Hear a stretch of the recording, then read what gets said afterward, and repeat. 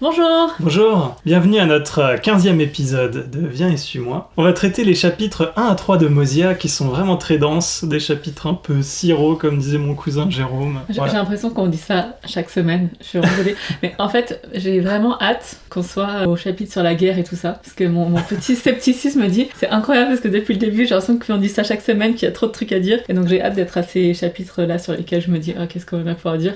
Et je suis sûre qu'on va trouver plein de choses à dire. C'est sûr. On va juste vous présenter succinctement l'invité de la semaine du podcast Follow Him avec Hank Smith et John By The Way, un podcast qu'on écoute toutes les semaines qui nous inspire et dont on partage certaines pépites avec vous. Et cette semaine, c'était Jennifer Brinkerhoff Platt, qu'elle a obtenu un doctorat en psychologie et après avoir enseigné l'institut et le séminaire pendant plus de 10 ans, elle a rejoint l'université de Brigham Young où elle enseigne aujourd'hui en Idaho. Et chose intéressante, c'est qu'elle et son mari se sont rencontrés à l'âge de 41 ans et ils ont eu 2 enfants. Et d'ailleurs, elle en parle un petit peu d'une façon très personnelle et touchante des grossesses multiples qu'elle a eues et aussi des miracles qui se sont produits et de la façon dont elle a mieux compris l'expiation de notre Sauveur Jésus-Christ à travers ces choses vraiment difficiles aussi. Donc je sais pas si on en parlera plus pendant le podcast, mais c'est touchant, c'est dans la deuxième partie de leur épisode. Donc allez la regarder, cette deuxième partie elle nous a vraiment touchés, je trouve. Si vous parlez anglais quoi. Si vous parlez anglais, voilà. Sinon faites une requête spéciale en commentaire, j'aimerais en savoir plus, et si on trouve le temps, on peut vous en parler plus. Oui, il existe aussi d'ailleurs le script traduit en français, si vous allez sur leur site Follow Him. Vous pouvez toujours aller le lire. Bon, c'est une traduction automatique, pas toujours exacte. Parfois, les termes de l'évangile sont pas toujours les bons, mais ça peut aussi vous donner une idée. Alors, attaquons-nous tout de suite peut-être à notre pépite. Quelle est ta pépite pour cette semaine, Angelina? Alors, il y a une dizaine de pépites dans les 3 chapitres de cette semaine, mais j'ai choisi Mosia, chapitre 2, verset 9. Et voici les paroles qu'il dit et fit écrire, disant, donc on parle du roi Benjamin. Mes frères, vous tous qui vous êtes assemblés, vous qui pouvez entendre les paroles que je vais vous dire aujourd'hui, je ne vous ai pas commandé de monter ici pour prendre à la légère les paroles que je vais dire, mais pour m'écouter et ouvrir les oreilles afin d'entendre, et le cœur afin de comprendre, et l'esprit afin que les mystères de Dieu soient dévoilés à votre vue. Et j'ai bien aimé juste mettre ça en parallèle avec un autre petit bout de verset, dans Mosia 3, versets 2 et 3. Le roi Benjamin rapporte les paroles de l'ange qui est venu lui annoncer pas mal de choses, et l'ange lui a dit « Éveille-toi ». Et je m'éveillais, et voici, il se tenait devant moi. Et il me dit « Éveille-toi, et entends les paroles que je vais te dire ». Et donc c'est rigolo parce qu'il nous dit je m'éveillais, et il m'a dit une deuxième fois « Éveille-toi, et entends les paroles que je vais te dire ». Donc là je pense qu'il dit « entends » de la même manière que le roi Benjamin l'explique au chapitre 2, au verset 9. Donc venez et écoutez, et ouvrez les oreilles afin d'entendre. Donc il faut pas juste écouter, mais il faut entendre, ouvrir les oreilles et le cœur afin de comprendre. On a déjà parlé bien sûr à maintes fois du rôle du livre de Mormon et de l'importance des écrits et de tous les efforts qui ont été faits pour que ces paroles nous parviennent. Et comment est-ce qu'on reçoit les écritures, comment est-ce qu'on reçoit les paroles des prophètes? Est-ce qu'on s'éveille ou est-ce qu'on s'éveille doublement? Et est-ce qu'on prend les paroles à la légère ou est-ce qu'on écoute et on ouvre les oreilles afin d'entendre et le cœur afin de comprendre et l'esprit afin que les mystères de Dieu soient dévoilés à notre vue? Pour moi, c'est encore une petite question de réflexion à moi-même. Comment est-ce que je reçois les écritures et est-ce que j'y accorde l'importance qu'elles ont, et aussi est-ce que je fais les efforts nécessaires pour me mettre dans une disposition où je peux comprendre et entendre ce que l'esprit a à me dire. On ressent bien ici qu'il y a cette intention d'écoute et plus que juste entendre, d'aller écouter les choses. Et ça me rappelle un petit peu juste ce qu'on avait dit sur les mystères de Dieu qui seront dévoilés. Tout à fait. On a parlé dans Jacob 4. Dieu veut qu'on connaisse ces mystères, mais il faut qu'on aille les chercher, quoi. Donc c'est un beau rappel. J'imagine que tous nos prophètes, ils se sentent un peu comme ça quand ils arrivent à la conférence générale. Je suis pas venu ici pour que vous preniez à la légère ce que je vais vous dire. S'il vous plaît, écoutez.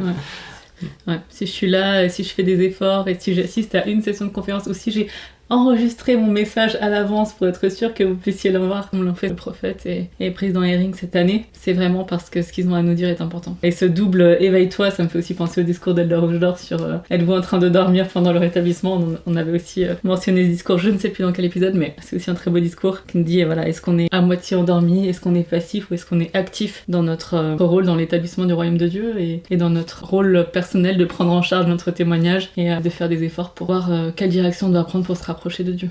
Et toi alors, ta pépite? Alors ma pépite, c'est dans Mosia 1, le verset 9. Et en fait, c'est juste un passage qui, tous les deux, nous a fait un peu sourire, mais il y a un enseignement profond derrière, je pense. Et c'est simplement, et il arriva que lorsque le roi Benjamin eut fini d'instruire ses fils, il devint vieux. Alors il y a une petite blague là-dessus, on peut se dire, est-ce que ça lui a donné un coup de vieux ? Mais je ne pense pas que c'est ce que cette écriture veut dire, mais plutôt qu'il a passé toute sa vie à enseigner ses fils. Moi, ça m'a touché parce que je me suis dit que, bien sûr, on sait que notre travail en tant que parent n'est jamais fini, que toute notre vie, on va devoir les enseigner. Et pourtant, ici, lorsqu'il eut fini d'enseigner ses fils, il y a quand même peut-être cet espoir d'un jour voir nos enfants autonomes, à la fois dans les voies du monde, ils ont leur travail, ils ont peut-être leur famille, mais à la fois dans leur témoignage du Christ et de son Église rétablie. Et je me dis que le roi Benjamin, ici, doit avoir beaucoup de joie à se dire, ça y est, mon œuvre est accomplie avec eux, et c'est une belle perspective. Et pour nous aider dans cette perspective, j'ai pas pu résister. Au dernier épisode, j'avais mentionné un discours de frère Bednar qui parle justement de l'éducation des enfants, qui s'appelle « Plus diligent et plus occupé chez soi », qu'il a donné en octobre 2009. Et j'ai pris quelques petites citations parce que, je le rappelle, il donne 3 grandes clés, et donc je vais juste mentionner un petit paragraphe de chacune de ces grandes clés sur les choses que nous pouvons faire pour mieux éduquer nos enfants. Et il dit « Nous pouvons devenir plus diligents et plus occupés chez nous en exprimant notre amour et en le montrant de manière cohérente. C'est une grande bénédiction que de ressentir la sécurité et la constance de l'amour du conjoint, d'un des parents ou d'un enfant. Cet amour nourrit et entretient la foi en Dieu. Cet amour est source de force et bannit la crainte. Chaque être humain le désire. Et je m'arrêtais là, ça c'est son premier point sur il faut qu'on exprime régulièrement notre amour à notre famille et pas qu'en sainte scène, d'ailleurs il le dit. Moi ça me, à l'intérieur de moi je suis stressé quand j'entends quelqu'un dire j'espère que mes enfants savent que je les aime, ou au micro on dit j'aime mes enfants et ma femme, et frère Bednar il se dit j'espère qu'ils l'entendent pas que dans ce contexte. Donc voilà, de leur dire régulièrement qu'on les aime, ça crée ce lieu de sécurité, de constance, où l'amour entretient la foi en Dieu. Je trouve ça vraiment intéressant les mots qu'il utilise. Bannit la crainte, donc c'est magnifique. Maintenant, il dit pas juste de le dire et de l'exprimer, mais de le montrer de manière cohérente. Je trouve ça intéressant parce que ça veut dire qu'une partie importante du rôle de parent, c'est aussi d'être cohérent et constant dans ce qu'on fait. Exact. Ouais. Alors le deuxième point, tu veux le lire ? C'est une grande bénédiction de ressentir la force, le soutien et la constance du témoignage d'un conjoint, d'un des parents ou d'un enfant. Un tel témoignage fortifie la foi et donne une direction dans la vie. Il est source de lumière dans un monde où croissent les ténèbres. Il apporte une perspective éternelle et une paix durable. Donc ça, c'est sa conclusion de son deuxième point, où on doit rendre témoignage fréquemment à notre famille et vivre selon ce témoignage, être cohérent comme ils le disent. Et encore une fois, vous voyez des bénédictions très particulières. Ça fortifie la foi, une fois de plus, mais ça donne une direction. C'est une source de lumière, une perspective éternelle, une paix durable. C'est des choses désirables qu'on aimerait vraiment avoir. Donc mettons-le à l'épreuve, essayons de le faire. Et le dernier point, c'est tout simplement d'être cohérent de façon générale, de faire ces deux choses de façon consistante, cohérente, continue. En demandant l'aide du Seigneur et avec sa force, nous pouvons réduire progressivement la disparité entre nos paroles et nos actes, entre l'expression verbale de notre amour et son expression par nos actes, et entre le témoignage que nous rendons et la fermeté avec laquelle nous le vivons. Nous pouvons devenir plus diligents et plus occupés chez nous si nous sommes plus fidèles à apprendre, à appliquer et à aimer l'évangile rétabli de Jésus-Christ. Je trouve ça beau de réduire cette disparité entre ce qu'on dit et ce qu'on fait. Je pense que nous tous les parents ont déjà eu ce sentiment d'inadéquatie où ce qu'on pense et ce qu'on dit c'est pas forcément ce qu'on fait. Ce que je dis, pas ce que je fais, voilà. Ça ne marche pas. Et ça ne marche pas en plus. Mais ici il nous dit demandez l'aide du Seigneur et avec sa force vous arriverez progressivement à réduire cette disparité. C'est une promesse géniale. Donc voilà sur l'aspect éducation des enfants. On peut pas s'en empêcher, mais en même temps ça nous touche particulièrement parce qu'on est dans cette phase de la vie. Donc... Exact. À présent lisons l'introduction du manuel qui est toujours très inspirant. Tout à fait. Donc 22-28 avril, Mosia 1-3. Rempli d'amour envers Dieu et envers tous les hommes. Quand vous entendez le mot roi, vous pensez peut-être à une couronne, des serviteurs et un trône. Ce que vous lirez dans Mosia 1-3 parle d'un autre genre de roi. Plutôt que de vivre des labeurs de son peuple, le roi Benjamin travaillait de ses mains. Plutôt que de se faire servir par les autres, il servait son peuple de tout le pouvoir, de tout l'esprit et de toute la force que le Seigneur lui avait accordée. Ce roi ne voulait pas que son peuple l'adore. À la place, il leur a appris à adorer leur roi céleste, Jésus-Christ. Le roi Benjamin avait compris que c'est le Seigneur omnipotent qui règne, qui est descendu du ciel et qui est allé parmi les enfants des hommes, afin que le salut parvienne aux enfants des hommes par la foi en son nom. C'est beau de voir que c'est le fait qu'il ait compris et qu'il savait qui était Jésus-Christ et ce qu'il allait faire, qu'il a transformé lui et son ministère, quoi. Et qui voulait, tout ce qu'il faisait était vraiment pour tourner son peuple vers le Christ et non pas vers lui. C'est profond. Alors étudions un petit peu plus en détail certains des passages, et peut-être avant d'aller sur le discours magistral de Benjamin, on se rend compte dès le début qu'il y a des points importants sur la façon dont il instruisait ses enfants et le rôle des Écritures dessus. Donc quelques petits mots là-dessus. On peut lire Mosia 1, les versets 2 et 3. Et il arriva qu'il eut 3 fils, et il les appela Mosia, et Elorum, et Élaman. D'ailleurs, je t'arrête une seconde. On est en train de chercher un nom pour notre fils qui va naître dans quelques mois. Oui, Angelina est enceinte. Et donc, on sait pas trop, d'ailleurs, comment on va pouvoir continuer les podcasts autour du mois de juillet. Mais en tout cas, le nom Elorum nous a paru un très beau nom. Qu'est-ce que vous en pensez ? Bien sûr, je dis ça en plaisantant. Offenser personne, peut-être que ça plaît à certaines personnes, Elorum. Moi, ça me plaît pas particulièrement, voilà.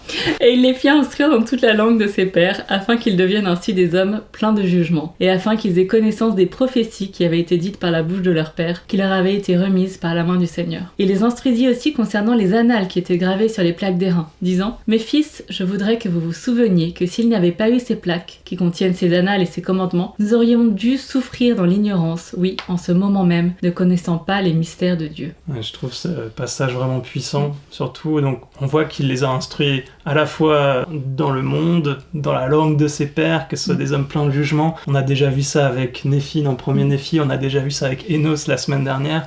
On voit que c'est un schéma qui se répète, mais plus important encore, en tout cas on le ressent pour nous, c'est plus important qu'ils aient été instruits dans les prophéties qui allaient venir, dans les Écritures, dans les annales qui étaient gravées. Et cette dernière phrase, nous aurions dû souffrir dans l'ignorance en ce moment même, ne connaissant pas les mystères de Dieu si nous n'avions pas ces annales. Pour moi, ça me fait penser que, en fait, on peut très bien l'appliquer à nous, de se dire que on a ces annales, certes, mais si on les sonde pas, si on ne s'instruit pas à partir de cela, nous aussi nous tombons dans l'ignorance et nous ne connaissons pas les mystères de Dieu. Et j'aime aussi particulièrement le verset 7 qui est un petit peu la conclusion de ce passage où il parle de l'importance des annales. Et maintenant, mes fils, je voudrais que vous vous souveniez de les sonder diligemment afin d'en tirer profit. Et là, les mots sont importants. Les sonder diligemment pour en tirer profit. La dernière fois, on a dit que si tout ce qu'on étudie nous aide pas à être meilleur et à nous tourner vers les autres, ça ne nous aide d'aucun profit. Et je voudrais que vous gardiez les commandements de Dieu afin de prospérer dans le pays, selon les promesses que le Seigneur a faites à nos pères. Donc on voit cette conclusion puissante de pourquoi étudier, n'est-ce pas ? Et au verset 5,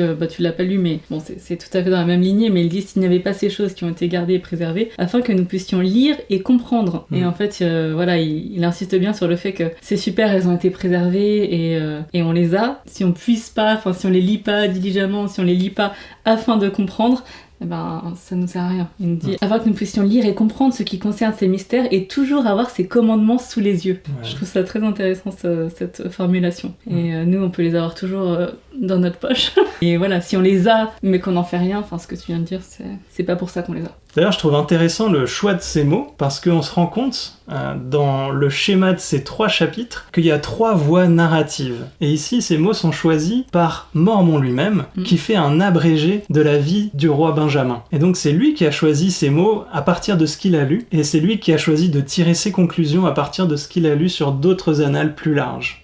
Et on voit en fait que Mormon fait ce récit et cette narration parce qu'on passe à la 3e personne. Par exemple, on vient de le lire, or il n'y eut plus de querelle dans tout le pays d'Israël. C'est plus un orateur qui dit « et je vis que… » etc. Et en fait, on voit que Mormon, il s'insère un petit peu partout. Au verset 2, il est encore là, c'est sa voix. Il arriva qu'il eut 3 fils, c'est pas le roi Mosia qui écrit, c'est bien Mormon. Et au verset 3, et il les instruisit aussi. Mais on voit qu'à partir de ce moment, il commence à citer un petit peu le roi Benjamin, disant 2 points, « Mes fils, je voudrais… » Et là, on entend la voix du roi Benjamin qui arrive. Et d'ailleurs, le passage où on l'entend le plus, le roi Benjamin, c'est dans son discours direct, dans le chapitre 2, au verset 9, où il dit « Et voici les paroles qu'il dit et fit écrire, disant « Mes frères, vous tous qui êtes assemblés, vous qui pouvez entendre les paroles… » Et c'est la pépite que tu viens de dire. Ici, on a le discours direct du roi Benjamin. Et je disais qu'il y a une 3e voie, parce que du coup, le chapitre 1, c'est principalement Mormon, le chapitre 2, c'est principalement le roi Benjamin, mais le chapitre 3, et comme tu l'as dit un petit peu dans ta pépite, c'est le récit d'un ange. C'est carrément un ange qui parle, et le roi Benjamin vient citer cet ange. Et on le voit si on relit un peu ces versets, il est dit « Et en outre, mes frères, je voudrais attirer votre attention », là c'est le roi Benjamin, et au verset 3, « Et il me dit, éveille-toi et entends les paroles que je vais te dire », et là c'est l'ange qui parle. Donc on voit que Mormon cite Benjamin, qui cite l'ange. On a ces discours qui sont vraiment entremêlés les uns avec les autres. Alors c'est assez important de s'arrêter peut-être sur l'objectif et l'importance de ce discours que le roi Benjamin a fait. Parce que déjà on se rend compte que c'est tellement important pour lui qu'il a convoqué tout le peuple, et il y a eu quelques obstacles, parce qu'il a convoqué tout le peuple au temple, ce qui n'est pas anodin, mais il y avait tellement de monde qu'ils ne pouvaient pas tous rentrer dans le temple, et au verset 7 on voit, le roi Benjamin ne pouvait l'instruire toutes dans les murs du temple, c'est pourquoi il fit ériger une tour. Quand même, ça prend pas 2 minutes de faire une tour, n'est-ce pas ? Et aussi, il s'est rendu compte, mince, tout le monde ne peut pas entendre, mais je vais pas m'arrêter à ce premier obstacle, je vais aller faire une tour. Ce discours était si important qu'il a créé une tour pour ça, et c'était pas le dernier obstacle, puisqu'ensuite on lit au verset 8, et ils ne pouvaient pas tous entendre ces paroles à cause de la grandeur de la multitude, c'est pourquoi il fit écrire les paroles qu'il disait, et les fit envoyer parmi ceux qui n'étaient pas à la portée de sa voix. Et on se rend compte qu'il s'est pas arrêté non plus face à ce deuxième obstacle, qu'il est allé jusqu'à écrire ces paroles, et les envoyer. C'était tellement important qu'il a fait ces choses. Et d'ailleurs, ça a aussi permis, beaucoup plus tard, à Mormon de récupérer ces paroles, puisqu'elles étaient écrites. Et c'est pour ça qu'on a un discours direct aussi précis, en fait. Donc c'est beau de voir tous les moyens qui ont été mis autour de ce discours. Maintenant, arrêtons-nous un petit peu sur pourquoi il a fait preuve de tant de diligence, il a voulu que tout le monde arrive. Et donc, il y a 5 raisons que j'ai identifiées, et qui sont dans le texte, qui nous expliquent pourquoi ce discours est si important. Alors la première, pour moi, c'est que forcément, un ange lui a dit « Annonce ces choses à ton peuple ». Donc il avait quand même des paroles d'un ange à leur annoncer. Et c'était un commandement de Dieu, n'est-ce pas ? Et on peut le lire donc dans les versets 3 et 4 qu'on n'a pas lu de Mosia 3. On a lu que l'ange lui a dit « Éveille-toi et écoute ». Et juste après, il explique ceci. « Car voici, je suis venu t'annoncer la bonne nouvelle d'une grande joie. Car le Seigneur a entendu tes prières et a jugé de ta justice et m'a envoyé t'annoncer que tu peux te réjouir et que tu peux l'annoncer à ton peuple afin qu'il soit aussi rempli de joie. » Une mission directe d'un ange, ça se respecte. En plus, c'est pour apporter de la joie. Et en plus, c'est à cause de la diligence que le peuple a eu qu'ils reçoivent cette bénédiction. Donc, d'où l'importance, on peut comprendre sa motivation à ce que tout le monde l'entende. Le deuxième point, on l'apprend dans Mosia 1. C'est Benjamin qui le dit à son fils. Il évoque cette raison, c'est qu'il devait donner un nouveau nom à son peuple. Et ça, je pense que c'était quelque chose qui s'est peut-être dit entre l'ange et lui aussi, mais on n'a pas le récit direct de ça, mais c'est juste une supposition. En tout cas, on peut lire au verset 11 et 12. Et de plus, je donnerai à ce peuple un nom, afin qu'on puisse ainsi le distinguer par-dessus tous les peuples que le Seigneur Dieu a fait sortir du pays de Jérusalem. Et cela, je le fais parce qu'il a été un peuple diligent à garder les commandements du Seigneur. Et je lui donne un nom qui ne sera jamais effacé, si ce n'est par la transgression.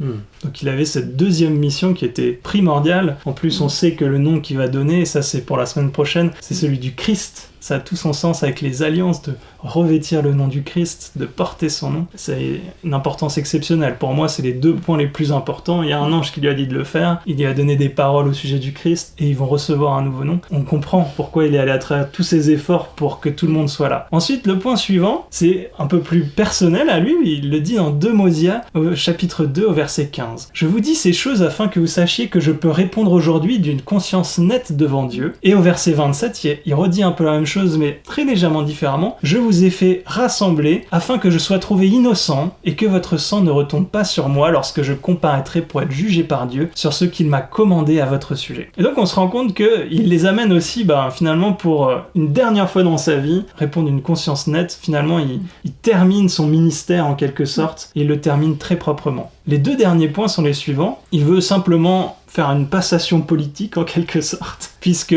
au verset 29 de Mosia 2 et 30, on peut lire « Et de plus, je vous dis que je vous ai fait rassembler afin de pouvoir vous déclarer que je ne peux plus être votre instructeur ni votre roi, car en ce moment même, mon corps tout entier tremble extrêmement tandis que j'essaie de vous parler. Mais le Seigneur Dieu me soutient et a souffert que je vous parle et m'a commandé de vous déclarer aujourd'hui que mon fils Mosia est votre roi et votre gouverneur. » Donc, quand on lit le texte, c'est peut-être le point qui nous paraît le plus facilement compréhensible. On sait que il peut plus être le roi, donc il rassemble tout le monde pour dire que son fils sera le prochain roi. Mais finalement, c'est tellement subsidiaire par rapport aux points qu'on vient de citer, qui sont peut-être un peu plus cachés. Et le dernier point qui est lié à ceux qu'on a dit précédemment, surtout sur le fait de se débarrasser des péchés du peuple, c'est qu'il les a assemblés pour les enseigner et les exhorter à suivre le Christ. Et là, il y a beaucoup d'enseignements. Et on va pas avoir le temps de tous les traiter, mais on aimerait juste les mentionner pour que vous les entendiez une fois, que nous aussi, et les répertorier en quelque sorte. Et ensuite, on aura l'occasion de s'arrêter plus particulièrement sur certains. Le premier point qu'il leur dit, c'est de se servir les uns les autres. Et on le lit dans Mosia 2 au verset 18. « Voici, vous m'avez appelé votre roi, et si moi, que vous appelez votre roi, je travaille pour vous servir, ne devriez-vous pas travailler pour vous servir les uns les autres ?» Il les invite à se servir les uns les autres. Comme il l'a fait, il a montré cet exemple, un exemple chrétien. Il était un peu une figure du Christ, le roi Benjamin. Ils en parlent plus dans le podcast, mais on va pas le détailler. Et finalement, là tu cites du coup, juste un peu les points généraux. Donc l'un des points, c'est qu'il leur apprend à se servir les uns les autres. Et en fait, si on va dans le reste du chapitre, il nous donne vraiment le fondement doctrinal de pourquoi est-ce qu'il faut servir les autres. Ouais. Un autre point qu'il les exhorte à faire, c'est de remercier Dieu. Au verset 19 de Mosia 2, « Et voici aussi si moi, que vous appelez votre roi, qui ai passé ma vie à votre service, et cependant ait été au service de Dieu, je mérite un remerciement quelconque de votre part, oh comme vous devriez remercier votre roi céleste. » Il les invite à voir plus haut et à remercier Dieu. Il les invite aussi à garder les commandements, au verset 31. « Et maintenant, mes frères, je voudrais que vous fassiez ce que vous avez fait jusqu'ici, de même que vous avez gardé mes commandements, et aussi les commandements de mon Père, et avez prospéré, et qu'il vous a été évité de tomber entre les mains de vos ennemis. De même, si vous gardez les commandements de mon Fils, ou les commandements de Dieu qui vous seront remis par lui, vous prospérerez dans le pays et vos ennemis n'auront aucun pouvoir sur vous. » Donc il les invite de façon générale à garder les commandements. Il les invite également à éviter les querelles ou à se rebeller contre Dieu. Dans les versets 32 et 33, on peut le lire. « Ô mon peuple, prenez garde qu'il ne s'élève des querelles parmi vous et que vous ne trouviez bon d'obéir à l'esprit malin dont a parlé mon père Mosia. Car voici une malédiction est prononcée contre celui qui trouve bon d'obéir à cet esprit. Car s'il trouve bon de lui obéir et reste et meurt dans ses péchés, il boit de la damnation pour son âme, car il reçoit pour salaire un châtiment éternel ayant transgressé la loi de Dieu à l'encontre de la connaissance qu'il avait. » Il met une mise en garde, un avertissement très sérieux sur le fait de devenir pécheur, de se détourner de la voie. Et le dernier point qu'il invite à faire, alors ça c'est des points un peu généraux, après on va rentrer plus en détail, mais c'est de méditer sur la joie de suivre Dieu. Après avoir fait cet avertissement, avoir parlé des conséquences du péché, il donne ce verset qui a été peut-être un des plus cités dans les conférences générales passées.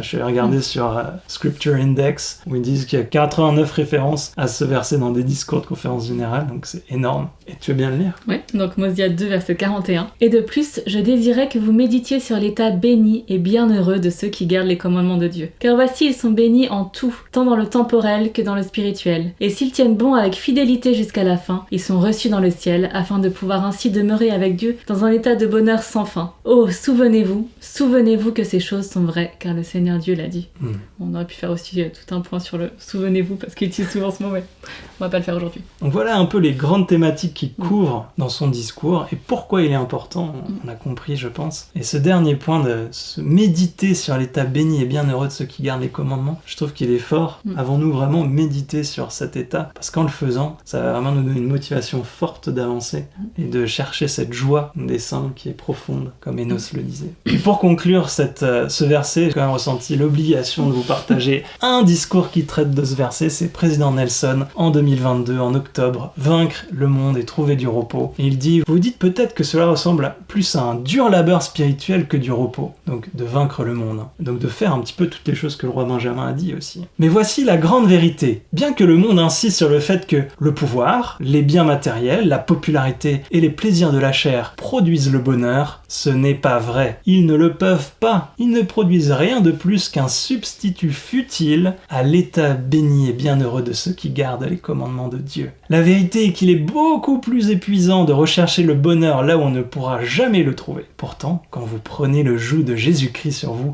et accomplissez les efforts spirituels requis pour vaincre le monde, le Christ a le pouvoir, lui et lui seul, de vous élever au-dessus de l'attraction de ce monde. Donc recherchons le bonheur au bon endroit, dans le Christ. Et d'ailleurs, en parlant de ça, ça va tout à fait en lien avec les citations que tu viens de dire de président Nelson, et sur le bonheur associé à suivre les commandements. À la fin du verset 4, il y a un petit passage très intéressant. Donc on nous dit, là c'est justement Mormon qui parle, donc c'est la troisième personne, mais il explique que le roi Benjamin leur avait enseigné à garder les commandements de Dieu, afin qu'ils fussent dans l'allégresse et fussent remplis d'amour envers Dieu et envers tous les hommes. Donc c'est intéressant parce que dans ce petit passage, il y a beaucoup de choses. Il dit que le roi Benjamin leur avait enseigné à garder les commandements de Dieu, de manière générale, afin qu'ils fussent rempli dans l'allégresse, donc afin qu'ils fussent bénis, qu'ils ressentent ce bonheur associé à suivre les commandements, et dit afin qu'ils fussent remplis d'amour envers Dieu et envers tous les hommes. Et là, aimer Dieu et aimer tous les hommes, ça devrait nous faire penser à 2 autres commandements. N'est-ce pas?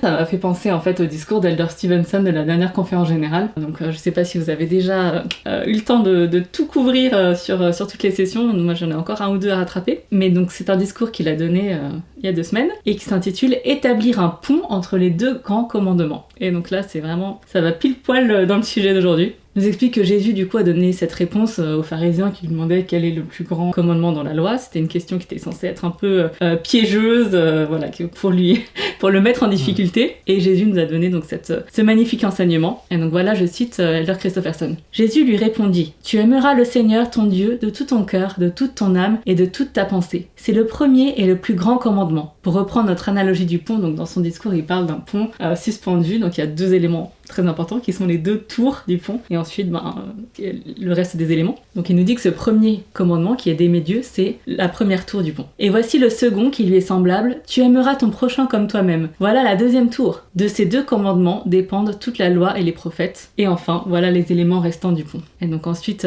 j'aurais pu vraiment vous citer tout ce discours, mais je vous invite à aller le réécouter ou le relire, mais je vais juste en citer certains passages. Donc premièrement, aime le Seigneur. Le premier commandement est d'aimer le Seigneur de tout notre cœur, de toute notre âme et de tout notre esprit. Par cette réponse, Jésus-Christ résume l'essence de la loi inscrite dans les enseignements sacrés de l'Ancien Testament. Le fait d'aimer le Seigneur se rapporte d'abord à notre cœur, soit à notre nature même. Et c'est intéressant parce qu'on va parler plus tard de l'homme naturel et de vraiment changer notre nature. Et là, Elder Christopherson dit « Je trouve que l'application du premier grand commandement semble parfois abstraite, voire intimidante. Heureusement, lorsque je réfléchis à d'autres paroles de Jésus, ce commandement devient beaucoup plus compréhensible. Si vous m'aimez, gardez mes commandements. » Et donc on voit que le roi Benjamin leur a enseigné à garder les commandements. Il le fait un peu dans l'autre sens.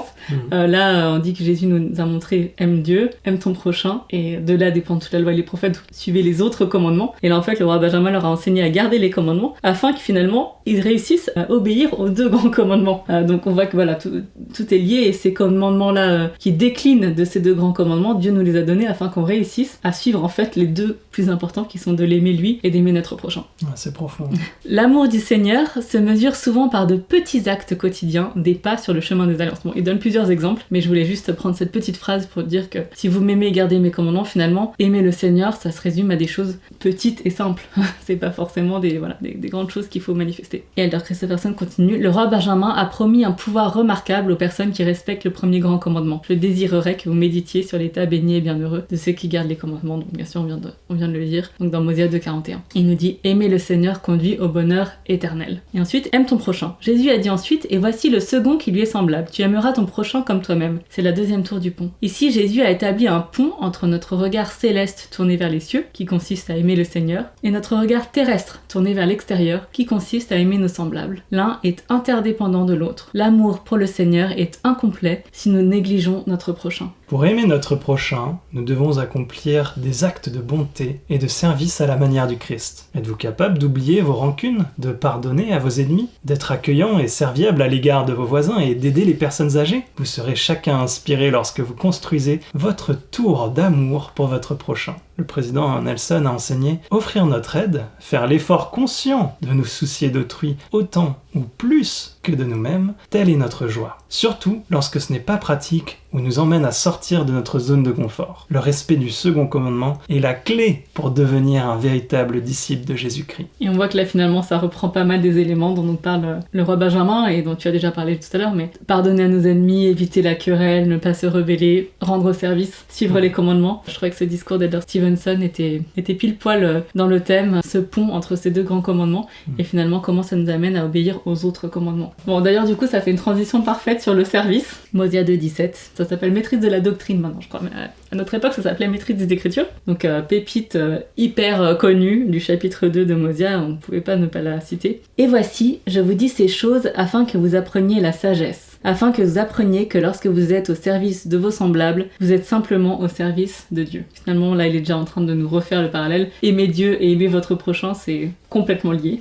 Et donc il y avait énormément de choses intéressantes dans le podcast Follow Him de cette semaine sur ce passage précisément. Et j'ai résumé un peu 3 points dont il parle et que je trouve importants, et donc je voulais juste vous les dire comme ça, simplement avant de plonger dans des citations de l'invité de cette semaine, de Hank et John qui en parlent. Donc il y a un peu 3 choses importantes sur cette notion de service. Donc être au service des autres, ce n'est pas forcément compliqué, et on avait déjà un petit peu des indices là-dessus sur le fait qu'il faut faire des petites choses quotidiennement. Donc rendre service, c'est vraiment aimer, être là pour les personnes, soulager. Et aussi un point important que j'ai vu, c'est que tout le monde peut rendre service. Même lorsqu'on peut des fois se sentir pas apte, en réalité on a tous quelque chose à apporter. Le deuxième point, c'est il faut accepter aussi qu'on nous rende service. Et le troisième point, c'est il faut aussi s'occuper de soi-même. Et donc John, à un moment, il a dit quelque chose que j'ai beaucoup aimé, il dit « Nous passons rapidement à côté de ce verset parce que nous nous sommes habitués. Pendant des millénaires, les gens ont essayé de trouver la meilleure façon de servir Dieu. Le roi Benjamin y répond en une seule phrase. » Après il fait un petit aparté. L'une des écoles de pensée est la suivante. « Éloignons-nous de ce monde méchant. Construisons une grande forteresse dans la montagne quelque part, prenons nos livres sacrés avec nous. Éloignons-nous de toute cette méchanceté. Oui, mais nous ne pourrons pas servir nos frères et sœurs si nous ne sommes pas parmi eux. C'est un peu comme ce que nous a dit Jésus, je ne prie pas pour les sortir du monde, mais pour les éloigner du mal. Il faut donc être une lumière pour le monde, être le sel de la terre, mais ne pas s'éloigner du monde. » Et en une seule petite phrase, est-ce que vous voulez savoir comment servir Dieu? Servez-vous les uns les autres. Et Jennifer, l'invitée de cette semaine, répond oui, et cela demande beaucoup de travail. Je passe beaucoup de temps à écouter les présidentes de sociétés de secours, parce qu'elle est aussi présidente de sociétés de secours de Pieux. Les présidentes de sociétés de secours me demandaient comment allons-nous faire pour que les gens s'occupent les uns des autres. Il semble que ce soit la question. Et en fait, il s'agit d'apprendre à s'intéresser aux gens, à leur prêter attention, à les écouter, à savoir ce qui compte pour eux, à être réceptif et à agir. Et donc là, elle partage plusieurs expériences très touchantes sur le fait d'écouter les petites inspirations de l'esprit et d'agir, donc des choses simples dont elle a bénéficié de personnes qui lui ont donné un coup de fil et qui sont tombées au bon moment et qui l'ont servi et qui ont aidé à alléger son fardeau. Et elle dit « C'est la raison pour laquelle nous devons savoir comment recevoir la révélation afin de pouvoir dire « Je sais ce que je ressens le Saint-Esprit et je serai prompt à répondre lorsque l'occasion se présentera et dire « Comment puis-je aider, que puis-je faire ?» Et je pense qu'une partie de cela consiste à avoir le courage de dire « Merci, voilà ce que vous pouvez faire pour moi. » Donc là, on enchaîne un peu sur ce deuxième point qui est aussi accepter que les autres nous rendent service. Et Hank répond « Tu as raison, Jen. Lorsque les gens nous viennent en aide dans des moments difficiles et lorsque nous permettons aux gens de nous venir en aide, parce que vous auriez pu dire à vos amis « Je vais bien, ne vous inquiétez pas pour moi, tout va bien. » Mais tu as été ouverte et tu as dit « Tu sais quoi, en fait, j'aurais bien besoin d'un petit peu d'aide pour cela. Nous portons les fardeaux des autres afin qu'ils soient légers. » Et du coup, là, j'avais une petite expérience, voilà, très simple, mais on était au temple cette semaine, on a passé donc quelques jours à la maison d'hôtes. Et donc voilà, vu qu'on a 2 enfants, on se relaie un peu, Paul et moi, pour aller dans le temple. Chacun va faire une session pendant que l'autre regarde les enfants. Et Paul venait juste de partir pour une session alors qu'on finissait de manger. Il y a une GIA qui avait mangé avec nous qui m'a demandé « Ah, est-ce que je peux t'aider pour la vaisselle ?» Et bon, donc effectivement, je suis enceinte voilà, je suis au début du 7e mois de grossesse. Tout va bien et j'aurais pu faire la vaisselle. Mais ensuite, une petite fois m'a dit « Mais accepte de la laisser te rendre service. » Et du coup, voilà, j'ai eu un peu un silence parce que je pense que dans ma tête, c'était en train de... Il y avait un conflit du style non mais c'est bon, je suis pas non plus au point où je peux plus faire la vaisselle, tout va bien. Et une autre petite voix qui m'a dit mais laisse-la. Et du coup je lui ai dit bah écoute pourquoi pas, bah merci, je veux bien. Et du coup elle a commencé à prendre voilà une partie de ma vaisselle et finalement elle a fait toute la vaisselle pour moi et je me suis dit bah c'est vrai que c'est important aussi de donner l'occasion aux gens de nous rendre des petits services simples quoi, plutôt que de devoir aussi toujours tout faire tout seul. Et je pense que ça a été une expérience du coup bah, qui m'a édifiée et qui l'a édifiée elle aussi. Donc voilà, c'était quelque chose de simple, j'aurais pu faire ma vaisselle toute seule mais on n'aurait pas ressenti l'esprit comme ça. Et donc il y a vraiment des milliers de citations impactantes et inspirantes sur le thème du service dans les discours de conférences générales et il y en a beaucoup qui me touchent particulièrement, mais je voulais prendre le temps d'en partager une avec vous qui m'avait vraiment beaucoup touchée lorsque je l'avais entendue. Et en fait parfois on peut entendre ou comprendre que certaines personnes sont un peu dans l'état d'esprit j'ai assez donné, maintenant c'est à mon tour d'être servi, ou alors bon il y a des phases de la vie où on est celui qui sert et d'autres où on est celui qui va servir. Et bon peut-être que dans une certaine mesure ça peut être vrai parce qu'on a tous des phases d'épreuve et des phases entre guillemets plus calmes, mais vraiment on a tous quelque chose à apporter à quelqu'un et on peut le faire vraiment tous les jours. Et donc il y a un discours voilà, qui m'a beaucoup impacté sur le service, c'est un discours de Bonnie Cordon qu'elle avait donné en avril 2017 qui s'intitule Confie-toi en l'éternel et ne t'appuie pas sur ta sagesse, et je crois que j'ai déjà cité ce discours à d'autres reprises sur d'autres passages, mais j'ai pas cité cette partie. Elle commence en disant « Avec sa permission, je vais vous raconter l'histoire d'Amy Wright, qui a compris l'importance du service alors qu'elle affrontait une maladie grave et terrifiante. » Et du coup, c'est intéressant parce qu'elle a donné ce discours en avril 2017, et c'est la même Amy Wright qui, 5 ans plus tard, en 2022, est devenue conseillère dans la présidence générale de la primaire. Donc à l'époque, elle n'était pas du tout officier général de l'église, mais son expérience a été racontée par Bonnie Gordon. Et donc peut-être que je vais te laisser lire ce passage, comme ça évitera que je sois trop émue en le lisant. Voilà. Le 29 octobre 2015, j'ai appris que j'avais un cancer. Les chances de survie sont de 17% pour ce type de cancer. Les perspectives n'étaient pas bonnes. Je savais que j'allais devoir me battre pour ma vie. J'étais déterminé à tout donner, non seulement pour moi-même, mais surtout pour ma famille. En décembre, j'ai commencé la chimiothérapie. J'avais entendu parler de beaucoup des effets secondaires des médicaments anticancéreux, mais je ne savais pas qu'il était possible de souffrir autant sans en mourir. Ça me fait penser d'ailleurs dans le chapitre 3 de Mosia où il dit que le Christ a souffert plus que n'importe qui sans en mourir. Après un certain temps, j'ai décrété que la chimiothérapie était une violation des droits humains. J'ai dit à mon mari que j'en avais assez, que je laissais tomber, que je ne retournerais pas à l'hôpital. Avec sagesse, mon cher mari m'a écouté patiemment et a répondu « Eh bien, nous devons trouver quelqu'un à servir. » Quoi ? Est-ce qu'il n'a pas compris que sa femme avait un cancer et qu'elle ne supportait pas un autre accès de nausée et de douleur insoutenable ? Amy continue. Mes symptômes ont graduellement empiré jusqu'au point où je n'ai plus eu qu'une seule ou 2 journées acceptables dans le mois où je pouvais vivre avec un semblant de normalité. Nous profitions de ces journées-là pour chercher des occasions de servir. Une fois, Amy et les membres de sa famille ont distribué à d'autres patients des sachets remplis de petites attentions pour leur remonter le moral et soulager les effets du traitement.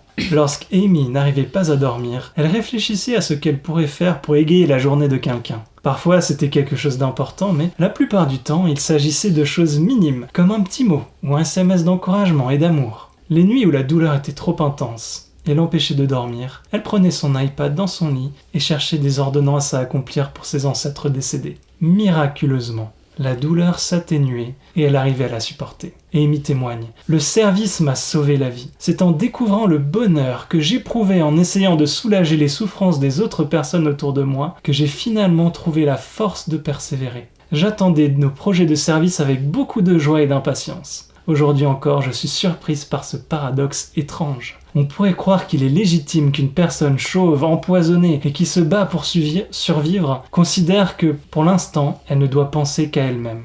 Et pourtant, quand je pensais à moi-même, à ma situation, à mes souffrances et à mes douleurs, le monde devenait sombre et déprimant. Lorsque je me concentrais sur les autres, il y avait de la lumière, de l'espoir, de la force, du courage et de la joie. Je sais que cela est possible grâce au pouvoir affermissant, guérisseur et habilitant de l'expiation de Jésus-Christ. Connaissant mieux le Sauveur, Amy a placé sa confiance en lui. Si elle s'était appuyée ne serait-ce qu'un peu sur sa propre sagesse, elle aurait probablement rejeté l'idée de servir quelqu'un d'autre. Le service l'a aidée à supporter ses douleurs et ses afflictions et à mettre en pratique cette écriture. Lorsque vous êtes au service de vos semblables, vous êtes simplement au service de votre Dieu. Voilà, donc désolé, c'était un peu long, mais je trouve que c'est vraiment une très belle expérience. C'est magnifique, et ça me fait penser à un autre discours que j'allais citer plus tard, où ils expliquent que le Christ lui-même, dans l'attente et dans la douleur de l'expiation, se concentrait sur la joie pour pouvoir la supporter. Et quelle joie! La joie de pouvoir secourir les autres, la joie de pouvoir nous transformer, la joie de pouvoir nous sauver. Et cette joie-là, c'est ce qui l'a permis à supporter ses douleurs. Et là, je trouve que c'est la même chose, la joie de se tourner vers les autres et de pouvoir les soulager. C'est ce qui a permis à Sir Wright de supporter ses douleurs d'une façon miraculeuse. Elle est incroyable, cette expérience. Et encore une fois, c'est la logique des hommes versus la logique de Dieu.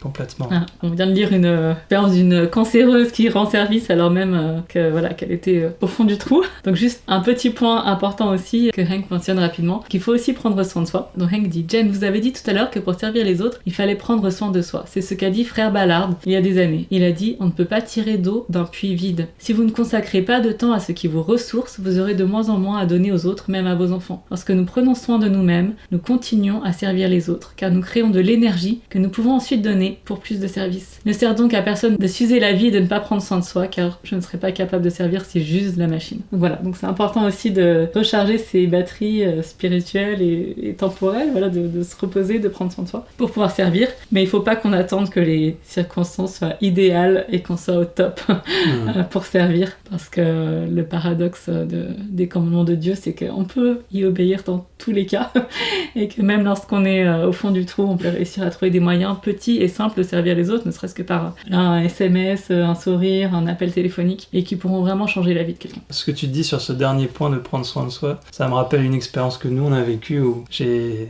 traversé une profonde dépression pendant plusieurs années. Et quand tu priais à ce sujet, une des choses que tu as ressenties, c'est qu'il fallait que toi, tu te renforces en fait, finalement. Que tu prennes soin de toi aussi, que tu sois spirituellement forte, que tu prennes du temps pour le devenir, pour mieux comprendre ce que moi je traversais à travers l'étude aussi de la dépression. Et c'était très inspirant parce qu'en fait, sans ça, si tu avais juste essayé de m'aider tout le temps et dépenser toute ton énergie à ça, peut-être que toi aussi tu aurais chuté finalement. Et il y a certains moments où il faut suivre l'esprit pour savoir quoi faire, mais il y a certains moments où la réponse est aussi prenez du temps pour vous.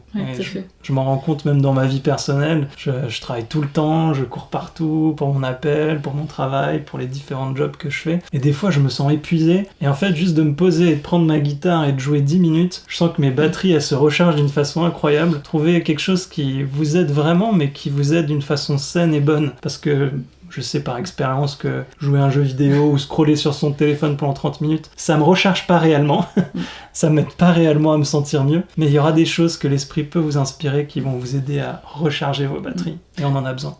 En complément de ce que tu dis, lorsque justement c'était en dépression, tu disais aussi que l'une des choses qui t'aidait, c'était de me rendre service et d'avoir l'impression de m'aider et de soutenir la famille, même si à des moments où tu étais très mal, et donc voilà, moi je pouvais avoir l'impression de devoir porter peut-être plus de choses que d'habitude, mais en réalité le fait de faire des choses à la maison, de rendre service, ça te faisait du bien. Exactement, parce que quand on est en dépression, on se sent vraiment inutile, on a l'impression qu'on sert à rien et qu'on est inutile finalement, et du coup on a besoin de pouvoir servir et voir que ce qu'on fait a un impact et une influence sur les autres. Donc effectivement, c'était essentiel pour moi de pouvoir un petit peu aider dans la mesure où j'y arrivais. Mais on perd de vue notre valeur, on n'a plus d'estime de soi. Ouais. Et le fait de rendre service et d'apporter la joie aux autres, ça contribue à renforcer notre confiance en nous-mêmes et notre sentiment de notre valeur et de ce qu'on peut encore apporter des choses aux autres. D'ailleurs, c'est marrant que je viens de dire qu'on se sent inutile, parce qu'il y a un passage dans Mosia 2 qui est un peu choquant quand on le lit, peut-être c'est la première transition. Dans les versets 19 à 21, le roi Benjamin nous enseigne « Je vous dis, mes frères, que si vous exprimiez tous les remerciements et toutes les louanges que votre âme tout entière a le pouvoir de posséder, à ce Dieu qui vous a créé et vous a gardé et préservé et a fait que vous vous réjouissiez et vous a accordé de vivre en paix les uns avec les autres, je vous dis que si vous le serviez, lui qui vous a créé depuis le commencement et vous préserve de jour en jour, en vous prêtant le souffle afin que vous viviez, ayez le mouvement et agissiez selon votre volonté, vous soutenant même d'un moment à l'autre, je dis, si vous le serviez de votre âme tout entière, vous ne seriez encore que des serviteurs inutiles. Là, on se dit, c'est un peu fort, enfin, on comprend l'idée, mais serviteur inutile, ça peut nous blesser. Parce qu'on a l'impression, justement, c'est ce que tu viens de dire, qu'on n'a pas de valeur aux yeux de Dieu. Et c'est tout à fait faux. Au contraire, il n'y a rien qui a plus de valeur aux yeux de Dieu que nous, que notre âme, que nous, ses enfants. Notre alliance 18-10. Exactement.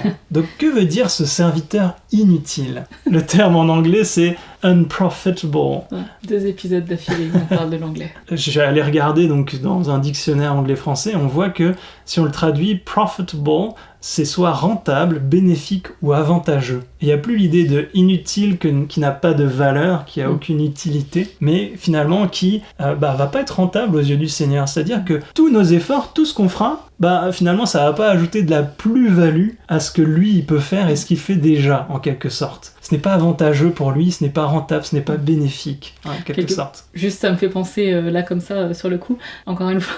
Il y a une application d'éducation des enfants. C'est comme qu'on laisse les enfants nous rendre service. Ah oui. Peut-être beaucoup de fois, on peut avoir l'impression qu'ils ne sont pas très profitables. Ou, voilà, donc cette notion de serviteur inutile dans le sens où ça irait plus vite si on le faisait nous-mêmes, ou il y a moins de bazar, on laisse les enfants ranger, ça va prendre 3 fois plus de temps et on va devoir le demander 25 fois. Mais c'est comme ça qu'ils apprennent et un jour, ils vont devenir profitables. Voilà. Et donc il y a peut-être aussi un petit peu cette notion-là pour Dieu. Donc on apprend, donc il nous laisse faire des choses, alors que ça irait sans doute plus vite s'il le faisait lui-même. Donc c'est peut-être de ce point de vue-là qu'on est inutile, improfitable. On n'est pas aussi efficace, entre guillemets, que si lui le faisait, mais ça veut pas dire qu'on ne sert à rien.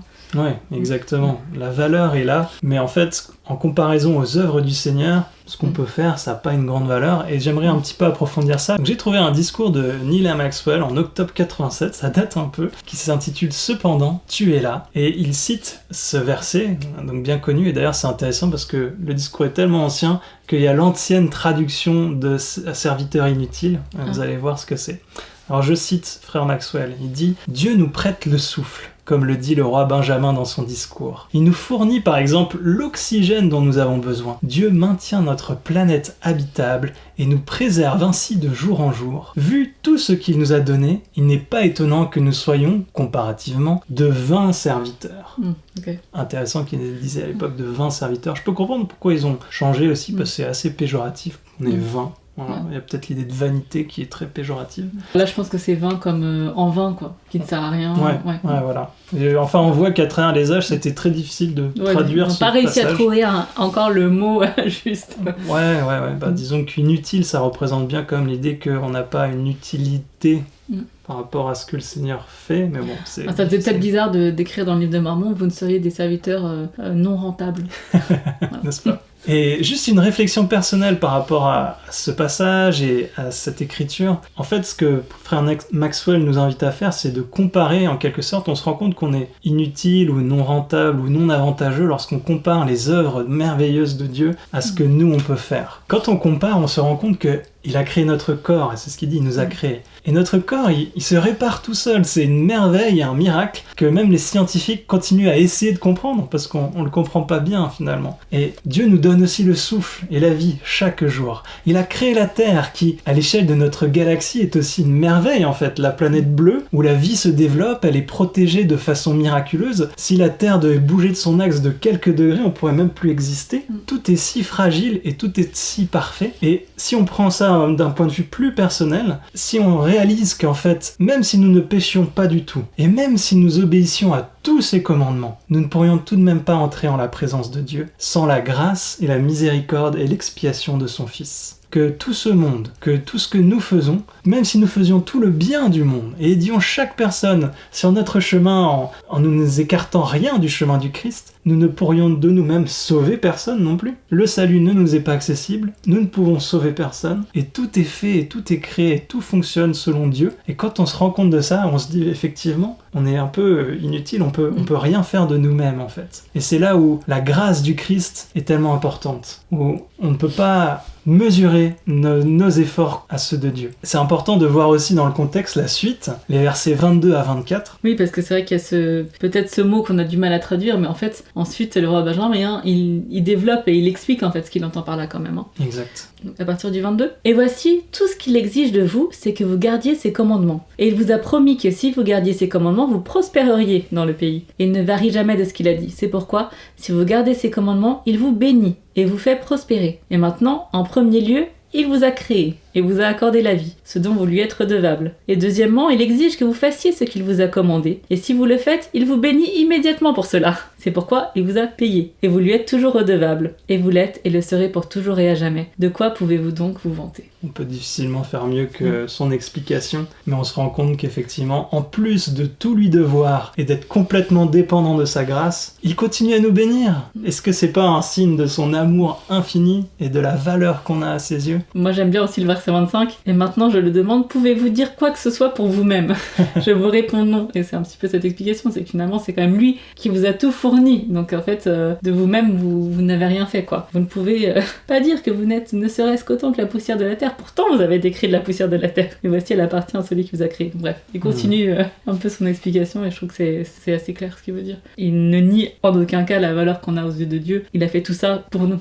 Alors maintenant, on peut parler peut-être aussi d'un autre point incontournable, on va dire, dans les passages de cette semaine. C'est le verset 19 du chapitre 3 de Mosia. « Car l'homme naturel est ennemi de Dieu, et l'est depuis la chute d'Adam, et le sera pour toujours et à jamais, à moins qu'il ne se rende aux persuasions de l'Esprit Saint, ne se dépouille de l'homme naturel, et ne devienne un saint par l'expiation du Christ, le Seigneur, et ne devienne semblable à un enfant, soumis, doux, humble, patient, plein d'amour, disposé à se soumettre à tout ce que le Seigneur juge bon de lui infliger, tout comme un enfant se soumet à son père. » Ah bon, il y a 1 milliard de choses à dire dans ce verset. Bon, moi, ça me fait toujours rire la fin de cette description de verset. Quand il décrit semblable à un enfant avec tous ses qualificatifs soumis, doux, humble, patient, plein d'amour, disposé à se soumettre, à chaque fois, je me dis, mais de quel enfant parle-t-il?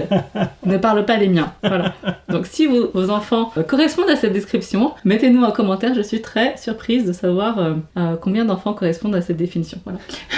Donc là, on a un beau verset sirop, comme dirait ton cousin, très concentré. On pourrait passer littéralement 15 minutes ou plus sur chaque petit bout de phrase. Donc on va être obligé de choisir, et aujourd'hui j'ai choisi peut-être de me concentrer un petit peu plus sur cette notion d'homme naturel, dont on doit se dépouiller pour devenir un saint. Tout d'abord, qu'est-ce que l'homme naturel? Pour faire une petite définition rapide, j'ai bien aimé ce qu'a dit John dans le podcast. Il nous dit « J'aime définir avec mes étudiants, ou essayer de le faire, nous essayons d'en parler ensemble, d'après vous, qu'est-ce que l'homme naturel ?» Et parfois nous en arrivons à dire que c'est l'homme qui fait ce qui lui vient naturellement. Au lieu de se fixer des limites, on se dit « Si je faisais ce que je veux, qu'est-ce que je ferais ?» J'aime bien cette phrase, à moins qu'il ne se rende aux persuasions de l'Esprit Saint. J'ai dans ma marge ce chapitre génial de Néphi 2, j'ai le verset 16. « Le Seigneur Dieu a donné à l'homme d'agir par lui-même, c'est pourquoi l'homme ne pourrait agir par lui-même s'il n'était attiré par l'attrait de l'un ou de l'autre. » L'homme naturel, il cède à l'un de ses attraits, mais si nous cédons aux attraits du Saint-Esprit, nous rejetons l'homme naturel. C'est ainsi que je vois les choses. Donc Hank dit, ce verset semble correspondre parfaitement aux enseignements de Paul. Il a parlé de cette lutte entre la chair et l'esprit. Il s'agit de Galates 5. Et donc dans Galates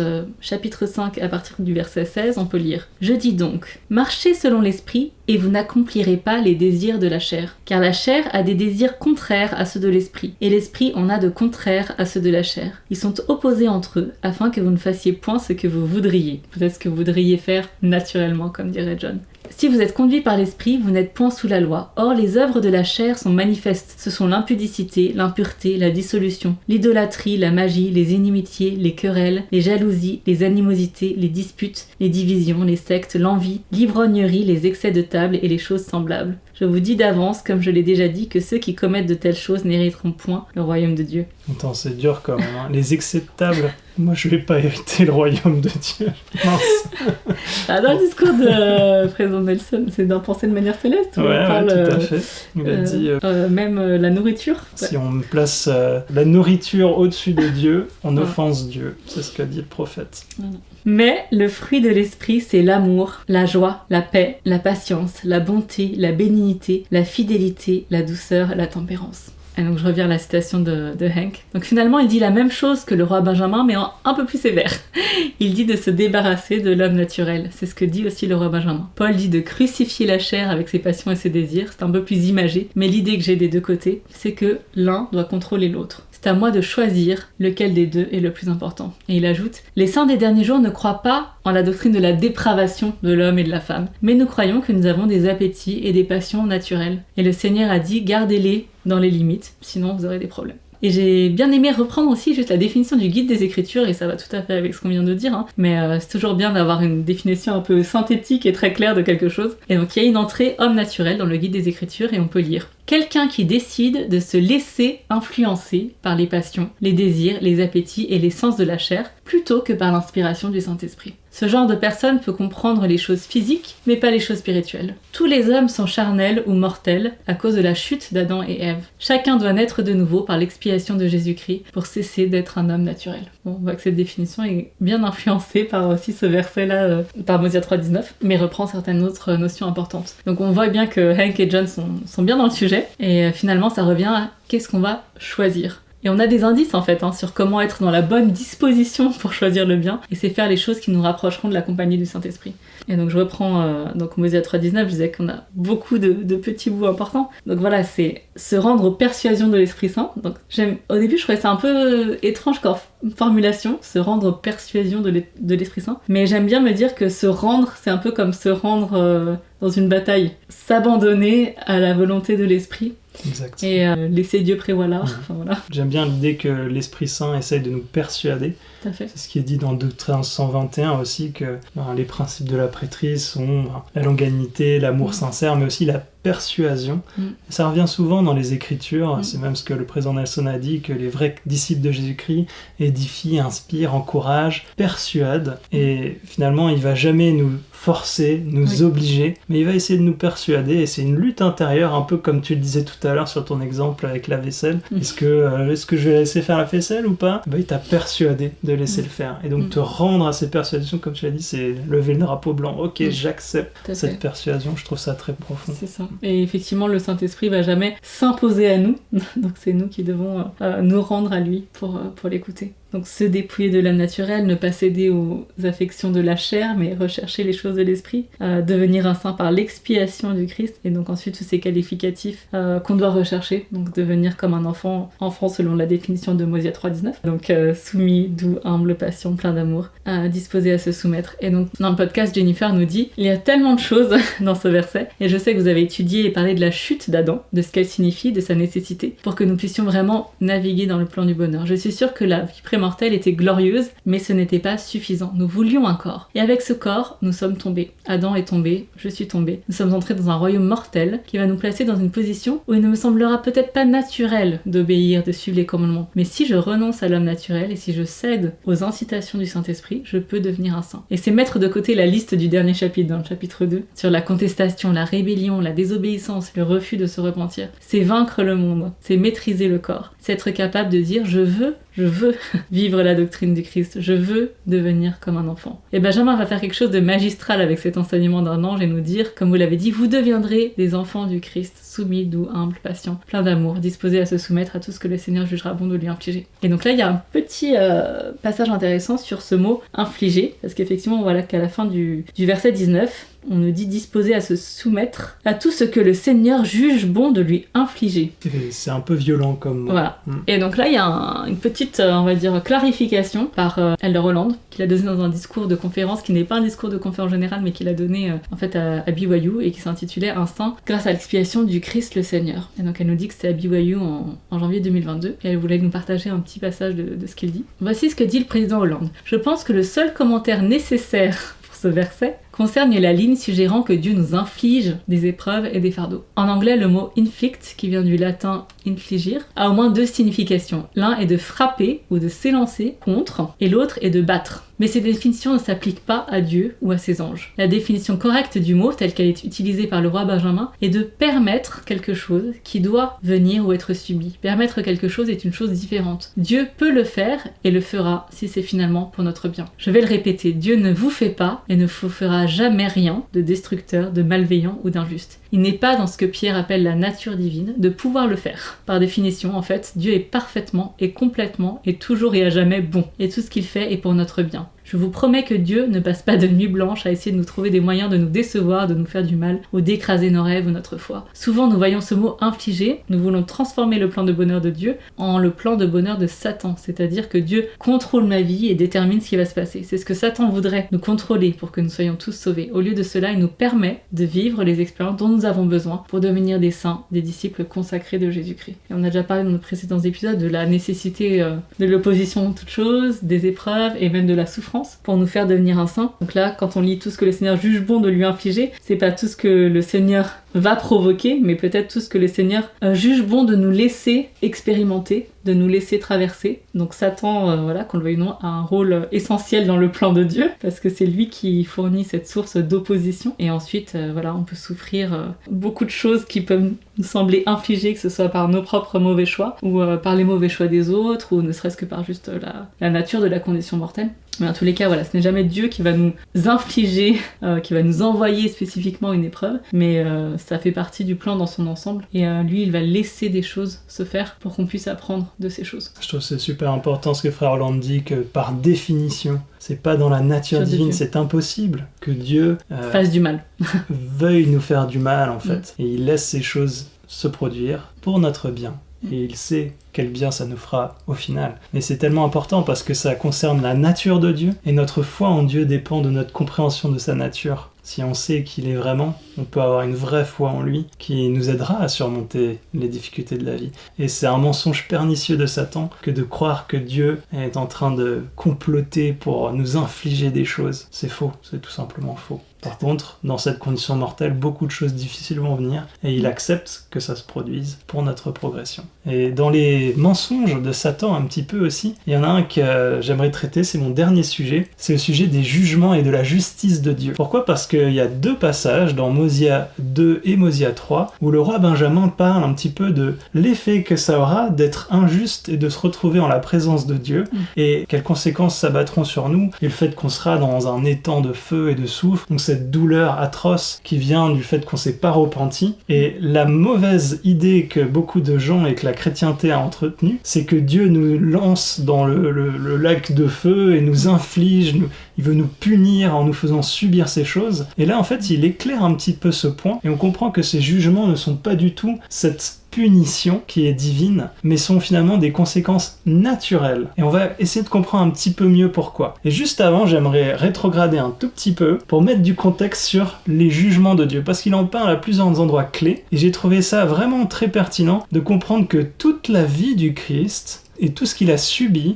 sont pour que des jugements justes se produisent. On va lire ensemble les versets, vous allez mieux comprendre. Donc, l'ange parle au roi Benjamin, et en 5 versets, il résume tout le ministère du Christ d'une façon incroyable. Lisons-le quand même, on va pas le commenter, on l'a fait dans notre épisode sur Pâques, vous pouvez aller regarder notre commentaire là-dessus, mais lisons-le parce que c'est inspirant, et regardons cette conclusion sur les jugements du Christ, qui est merveilleuse. Tu veux bien lire ? Car voici, le temps vient, et n'est pas très éloigné, où le Seigneur omnipotent qui règne, qui était et est de toute éternité à toute éternité, descendra du ciel avec puissance parmi les enfants des hommes, et demeurera dans un tabernacle d'argile, et s'en ira parmi les hommes, accomplissant de grands miracles, tels que guérir les malades, ressusciter les morts, faire marcher les boiteux, rendre la vue aux aveugles et l'ouïe aux sourds, et guérir toutes sortes de maladies. Et il chassera les démons, ou les esprits malins qui demeurent dans le cœur des enfants des hommes. Et voici, il souffrira les tentations, et la souffrance du corps, la faim et la soif et la fatigue, plus encore que l'homme ne peut en souffrir sans en mourir, car voici, du sang lui sort de chaque pore, si grande sera son angoisse pour la méchanceté et les abominations de son peuple. Il sera appelé Jésus-Christ, le Fils de Dieu, le Père du ciel et de la terre, le Créateur de tout depuis le commencement, et sa mère sera appelée Marie. Et voici, il vient parmi les siens, afin que le salut parvienne aux enfants des hommes par la foi en son nom. Et même après tout cela, on le considérera comme un homme, on dira qu'il a un démon, et on le flagellera et on le crucifiera. Et le 3e jour, il se lèvera d'entre les morts. Et voici, il se tient pour juger le monde, et voici, toutes ces choses se font pour qu'un jugement juste vienne sur les enfants des hommes. J'ai trouvé cette fin de phrase percutante, parce qu'ici il donne 2 raisons au ministère du Christ, dans le verset 9, afin que le salut parvienne aux enfants des hommes par la foi en son nom, et dans le verset 10, toutes ces choses se font pour qu'un jugement juste vienne sur les enfants des hommes.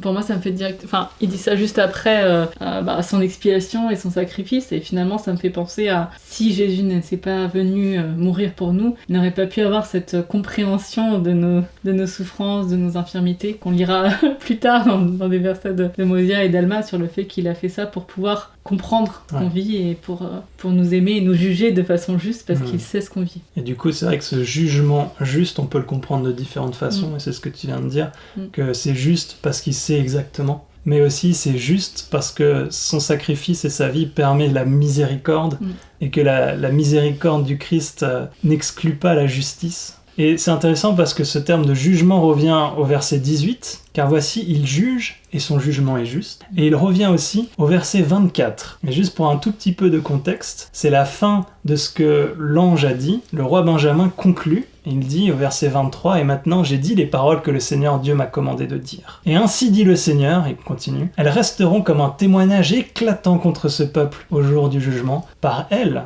il sera jugé, chaque homme selon ses œuvres, qu'elles soient bonnes ou qu'elles soient mauvaises. » Et à partir de là, dans le chapitre 3, il fait une tirade sur le jugement du Christ et sur ce qu'on va subir si on ne s'est pas repenti. Et c'est la même tirade qu'il fait dans Mosia 2. Et on se rend compte qu'il y a des parallèles très frappants entre les deux. Et c'est pas les seuls parallèles. Si vous regardez avec précision, tous les thèmes qu'il aborde dans Mosia 2, il les aborde plus ou moins et parfois de la même façon dans Mosia 3. Et on voit que son discours en tant que roi est très influencé par ce que l'ange lui a dit, en fait. Oui, parce que finalement, c'est intéressant parce que chronologiquement, en fait, Mosia 3, il rapporte les paroles que l'ange lui a dites et il lui a dit ces paroles avant qu'il fasse son discours à son peuple. Donc il est grandement influencé par ce que l'ange lui dit et ensuite il finit par citer l'ange. C'est normal.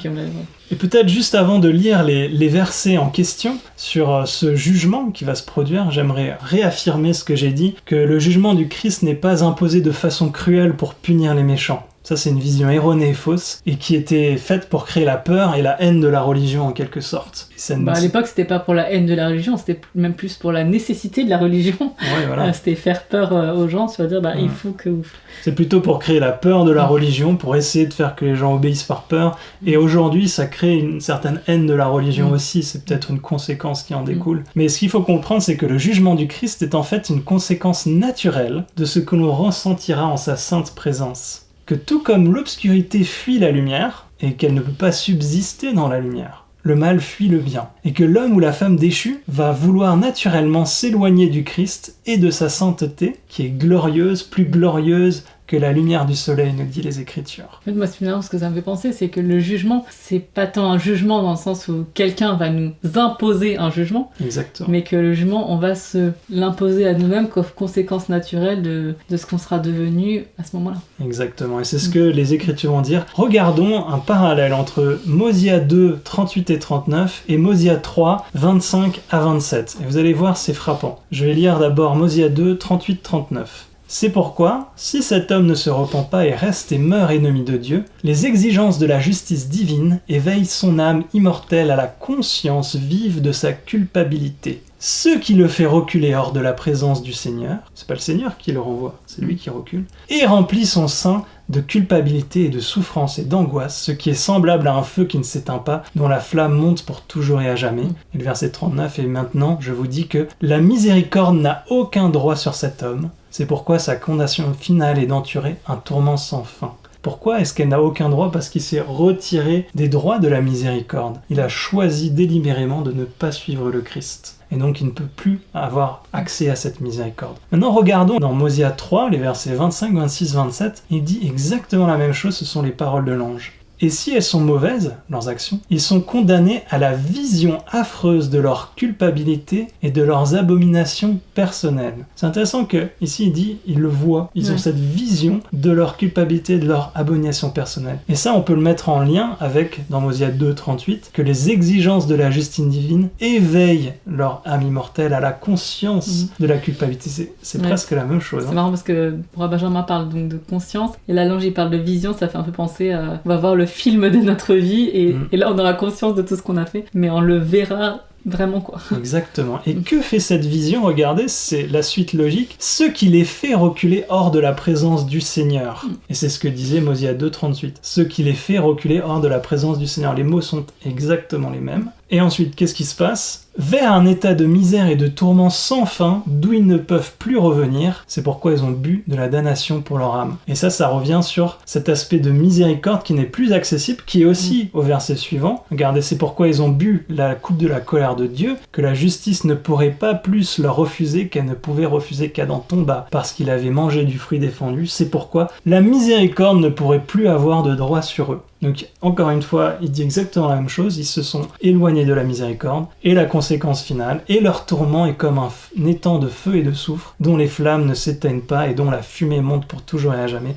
Ainsi m'a commandé le Seigneur. Amen. Et on voit que les 4 mêmes éléments sont exactement présents, et presque présentés dans la même façon, dans les 2 passages. Que on s'éveille à notre culpabilité, on a cette conscience et cette vision, que cela nous donne envie de nous retirer de la présence du Seigneur, mais on peut pas finalement. On s'est éloigné de la miséricorde, elle peut plus avoir accès à nous, et on peut pas reculer entièrement de la présence du Seigneur. C'est pour ça que notre sein est plein de culpabilité, de souffrance, d'angoisse, parce que le Seigneur, en fait, englobe tout, il est partout, et on peut pas être complètement hors de cette présence. C'est impossible. D'ailleurs, c'est Orson Pratt dans un discours qui le disait. Dans ce passage, il faut pas comprendre qu'on est à 1 mètre du Seigneur et qu'on essaie de s'enfuir un petit peu plus loin. En fait, sa présence englobe tout. Et c'est parce qu'on ne pourra jamais être totalement en dehors de sa présence que cette souffrance et cette culpabilité restera en nous, en quelque sorte aussi. Et ça me fait penser à, je sais plus quel verset, mais qui dit qu'ils avaient envie qu'une montagne tombe sur eux pour les écraser et les cacher à la vision de Dieu. Et alors regardons, juste pour conclure ce passage et aussi apporter une toute touche d'espoir. Regardons quelqu'un qui le décrit avec précision, c'est Alma le Jeune. Dans Alma 36, il en parle et on va voir que les termes sont très frappants parce qu'ils sont similaires à ce qui est décrit. Donc Alma le Jeune, il a fait énormément de péchés, il a vu un ange qui est venu, qui lui a dit si tu continues tu seras détruit.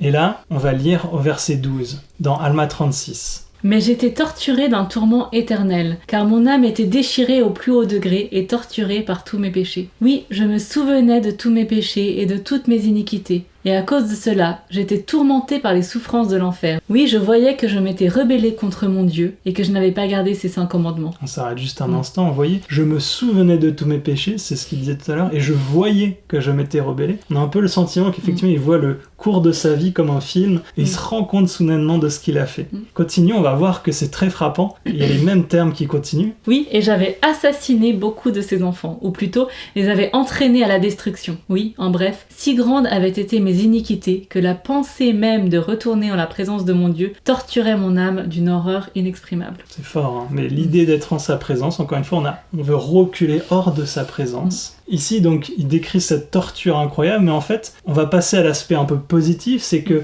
tant que le jour est là, comme le dit Amulek, tant que le jour de notre vie est présent et qu'on peut faire demi-tour, tant qu'il y a un souffle en notre corps, il y a de l'espoir en Christ. Et c'est ce que nous témoigne Alma. Et finalement, c'est ce que dit aussi le roi Benjamin. Il leur décrit tout ce qu'ils doivent faire pour se dépouiller de l'homme naturel, pour devenir un saint. Il les avertit sur le fait que non, il ne faut pas entrer en rébellion ouverte contre Dieu. Vous avez eu toute la connaissance et si vous vous rebellez, alors vous serez ennemis de Dieu, etc. Là, c'est la conclusion des passages de cette semaine, mais c'est pas la conclusion de son discours. Oui. Effectivement, il leur dit faites attention à ça, à ne pas vous retrouver à la fin dans cet état-là. Mais en fait, il y a plein de choses qu'on peut faire pour ne pas finir dans cet état. Exactement. Et voyons un peu comment ça s'est passé pour Alma, parce que ça nous donne vraiment beaucoup d'espoir que nous ne restions pas dans cet état affreux. Et il arriva que comme j'étais ainsi torturée par le tourment, tandis que j'étais déchirée par le souvenir de mes nombreux péchés, voici, je me souvins aussi d'avoir entendu mon père prophétiser au peuple concernant la venue d'un certain Jésus-Christ, un fils de Dieu, pour expier les péchés du monde. Là, on peut penser à Enos, qui se souvint des paroles de son père, n'est-ce pas? Alors, quand mon esprit s'empara de cette pensée, je m'écriai au-dedans de mon cœur, « Ô Jésus, fils de Dieu, sois miséricordieux envers moi qui suis dans le fiel de l'amertume et suis enserré par les chaînes éternelles de la mort. » Et alors, voici, lorsque je pensais cela, je ne pus plus me souvenir de mes souffrances. Oui, je n'étais plus déchirée par le souvenir de mes péchés. Là aussi, ça fait penser à Enos. Ce côté vraiment instantané. Ouais. Une fois qu'il s'est emparé de cette pensée et qu'il a crié à Dieu, il a été libéré. Enos lui dit « Comment cela se fait-il ?» On a un peu parlé la dernière fois. On peut être tout à fait étonné qu'après avoir vécu ce tourment, après avoir causé tant de mal, instantanément, le Seigneur peut nous soulager. Et on se dit « Mais quelle grâce, quelle merveille, c'est incroyable !» Et moi, c'est ce que j'ai témoigné dans le dernier épisode de mon expérience personnelle où j'étais aussi tourmenté un jour alors que j'étais adolescent et que j'ai crié vers Dieu et pour moi c'était vraiment comme ça que ça s'est passé et au moment où je criais vers Dieu je ne pouvais plus me souvenir de mes souffrances. C'était réel, concret, instantané. Donc allez au Sauveur. Et cette formulation je ne pus plus me souvenir de mes souffrances, on entend presque cette surprise comme le Enos, comment cela se fait-il, je ne me pus plus m'en souvenir, comment c'est possible.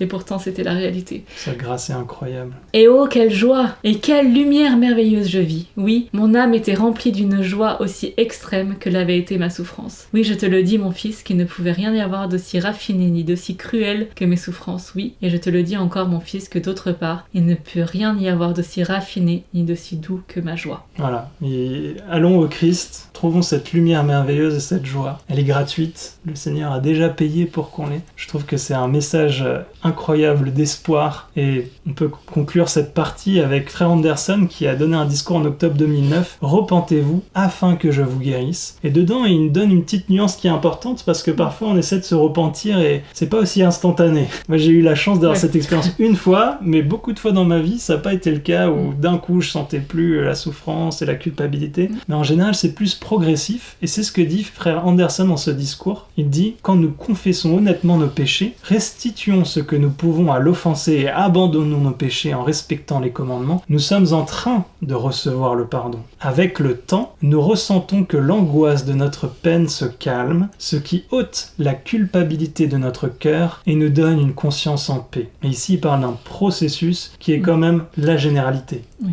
Un peu plus progressif que ce côté un peu extraordinaire de ce qui est arrivé à Enos et Alma le jeune. Ouais, tout à fait. Alors concluons avec ces derniers versets qui sont quand même très très importants, les versets 20 à 22. À la fin de son message au roi Benjamin, l'ange lui dit « De plus, je te dis que le temps viendra où la connaissance d'un sauveur se répandra parmi toutes les nations, tribus, langues et peuples. Et voici, lorsque ce temps viendra, nul ne sera trouvé innocent devant Dieu, si ce n'est les petits-enfants, autrement que par le repentir et la foi au nom du Seigneur Dieu omnipotent. Et en ce moment même, lorsque tu auras enseigné à ton peuple ce que le Seigneur ton Dieu t'a commandé, même alors il ne sera plus trouvé innocent aux yeux de Dieu, si ce n'est selon les paroles que je t'ai dites. » Alors je m'excuse pour vous, auditeurs, parce que plus innocent. Vous n'êtes plus innocents, et nous non plus, mais je pense que vous l'aviez déjà su, ça, donc voilà. Il y a cette petite conclusion de Hank à la fin, il dit, ils ont vraiment été édifiés par leur échange dans le podcast, et il dit, la foule rassemblée autour de Benjamin devient de plus en plus grande à chaque fois qu'une personne lit le livre de Mormon. C'est un public qui s'élargit sans cesse. Je pense que c'est ce que nous avons fait aujourd'hui. On s'est placé dans ce public. Et je trouve que c'est très puissant qu'effectivement on est dans ce public, on entend ces choses et on les comprend.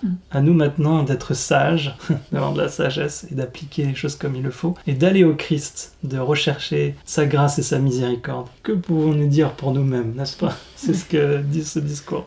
J'ai cru que tu allais dire « et que pouvons-nous dire de plus ?» Comme d'habitude, on n'a pas pu tout couvrir, mais... Comme d'habitude, j'ai aussi été vraiment édifiée par ce qu'on a vu et par ces passages qu'on a pu creuser un petit peu plus. Une fois de plus, je suis reconnaissante pour le livre de Mormon et ces paroles que nous avons et cette connaissance que nous avons. On espère que vous allez aussi en apprendre davantage par votre étude personnelle. On espère vous retrouver la semaine prochaine aussi. Et puis, on vous souhaite une bonne semaine. Merci pour votre soutien et à la semaine prochaine. Au revoir.